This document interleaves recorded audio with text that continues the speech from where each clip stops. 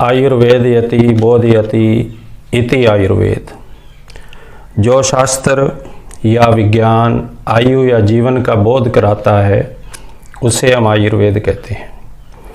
आयुर्वेद विश्व की प्राचीनतम पद्धतियों में से एक है और आज के दौर में इसकी मांग जो है पूरे विश्व में हो रही है और लोग आयुर्वेद दवाओं के प्रति जागरूक हो रहे हैं।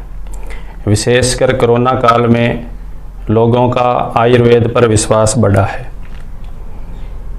आयुर्वेद भारत, श्रीलंका और नेपाल में विशेष दर्जा रखता है और इसका उपयोग लोग बड़े विश्वास के साथ करते हैं। आयुर्वेद ग्रंथों में लिखा हुआ है कि आयुर्वेद त्रिदोष के आधार पर काम करता है। त्रिदोष यानी वात, पित्त और कफ का जब असंतुलन हो जाता है तब इंसान बीमार हो जाता है और जब इन चीज़ों का समदोष होता है तो इंसान आरोग्य हो जाता है। आयुर्वेद को त्रिस्कंद भी कहते हैं यानी 3 कंधों वाला, या इसे त्रिसूत्र भी कहा जाता है। त्रिसूत्र हेतु, लिंग और औषध, इसको त्रिसूत्र कहते हैं। आयुर्वेद के मुख्यतः 8 अंग माने जाते हैं। शल्य चिकित्सा, काय चिकित्सा, शालक्य चिकित्सा, कौमार भृत्य, अगध तंत्र, रसायन तंत्र और वाजीकरण तंत्र तथा इसके अलावा भूत विद्या तंत्र, ये 8 अंग जो हैं आयुर्वेद के माने गए हैं। आयुर्वेद की शब्दावली जो है वो भी बड़ी विस्तृत है और धनाढ्य है। आयुर्वेद की कुछ शब्दावली के कुछ शब्दों का यहाँ जिक्र कर लेते हैं, जैसे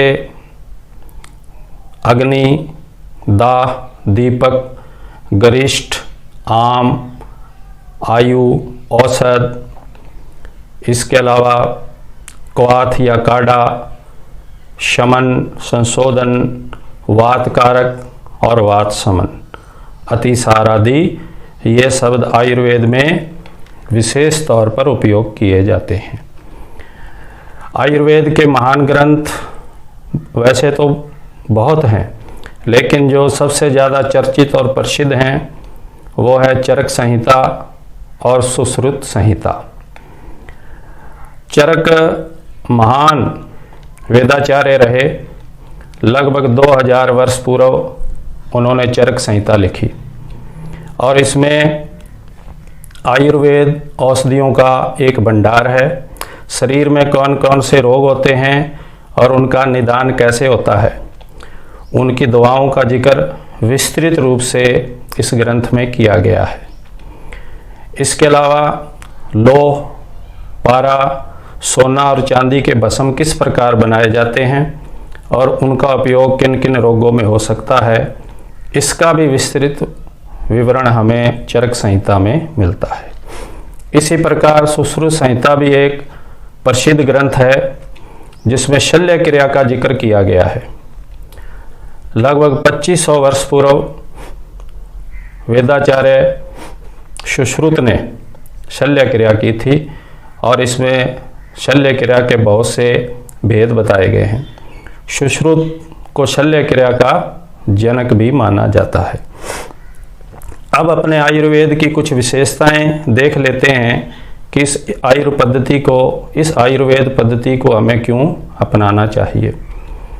ये आयुर्वेद पद्धति शारीरिक रूप से इंसान को स्वस्थ करती है और मानसिक रूप से भी उसे मजबूत करती है।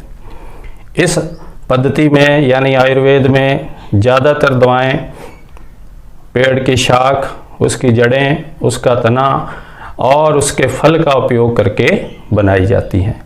इसलिए हम कह सकते हैं कि आयुर्वेद पद्धति जो है वो प्रकृति के बिल्कुल निकट है। इन दवाओं का कोई साइड इफ़ेक्ट भी नहीं होता है।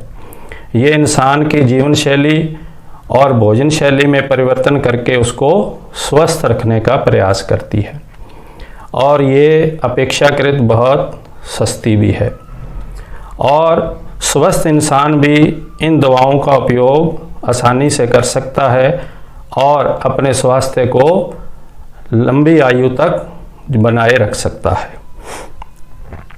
अब अपने ये देख लेते हैं कि कोरोना काल में जो आयुर्वेद पद्धति है इसने क्या योगदान दिया। हम सब जानते हैं कि कोरोना काल में चाहे किसी भी पद्धति का डॉक्टर हो, कोई वैद्य हो या आम इंसान हो, हमने ये देखा कि आयुर्वेद दवाओं का विशेष जोर रहा है। और कोरोना काल में एक बात निकल के सामने आई कि इम्यूनिटी सिस्टम इंसान का मजबूत होना चाहिए। आयुर्वेद दवाओं के कारण इंसान का इम्यूनिटी सिस्टम जो है वो मजबूत होता है। विशेष तौर पर इसको मजबूत करने के लिए काढ़े का लगातार प्रयोग किया गया। इसके अलावा आंवला, एलोवेरा, तुलसी, लौंग और अन्य जो जड़ी बूटियां हैं या जड़ी बूटियों के अलावा औषध पादप हैं, उनका उपयोग लगातार बढ़ता रहा, उनकी डिमांड बढ़ती रही और आयुर्वेद दवाओं का भी डिमांड लगातार बढ़ती रही। तो इससे हमें पता चला कि आयुर्वेद पर लोगों का विश्वास बढ़ा है। इसके अलावा आयुष मंत्रालय ने भी बहुत सी दवाओं का जिक्र किया और विशेषकर आयुष 64 इस दवा का जिक्र किया आयुष मंत्रालय ने और आयुर्वेद संस्थान के द्वारा इसका जिक्र करके विस्तृत विवरण इसका दिया गया कि आयुष 64 के कारण जो है कोरोना के मध्यम और छोटे जो लक्षण हैं उनको आसानी से दूर किया जा सकता है और इसके बाद लोगों ने इसका प्रयोग किया और इसके बहुत से सकारात्मक परिणाम मिले। कोरोना काल में आयुर्वेद औषधियों के बहुत से ट्रायल किए गए जिनके भी सकारात्मक परिणाम रहे। तो इस प्रकार हम देखते हैं कि कोरोना काल में आयुष का विशेष तौर पर और आयुर्वेद का विशेष तौर पर योगदान रहा।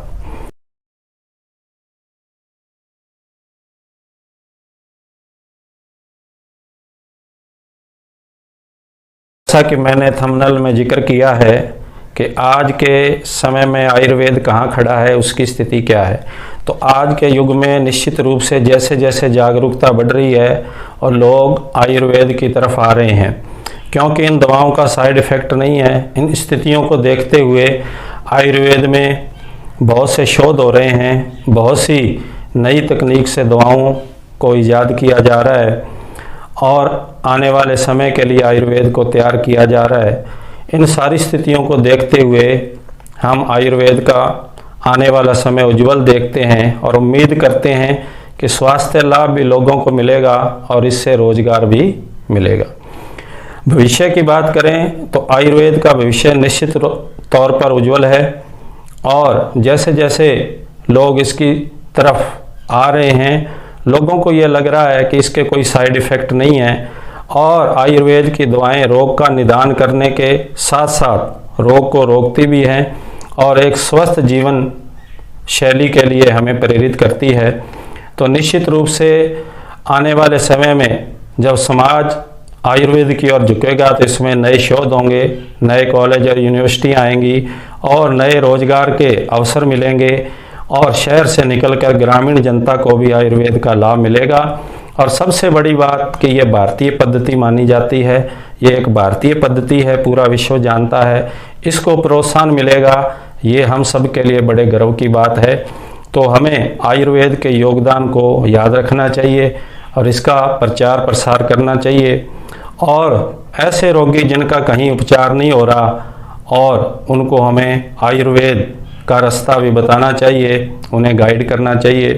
तो कोरोना काल में आयुर्वेद ने जो सेवाएं दी है उसके लिए हम आयुर्वेद को सलाम करते हैं और जिन डॉक्टर्स ने और उनके स्टाफ ने अपने कर्तव्य का बड़े उचित तरीके से पालन किया, लोगों की दिन रात सेवा की, मैं उनके जज्बे को सलाम करता हूं। आयुर्वेद से संबंधित ये वीडियो अगर आपको अच्छा लगा हो तो चैनल को सब्सक्राइब कर दें, वीडियो को लाइक और शेयर कर दें। थैंक्स। जय हिंद।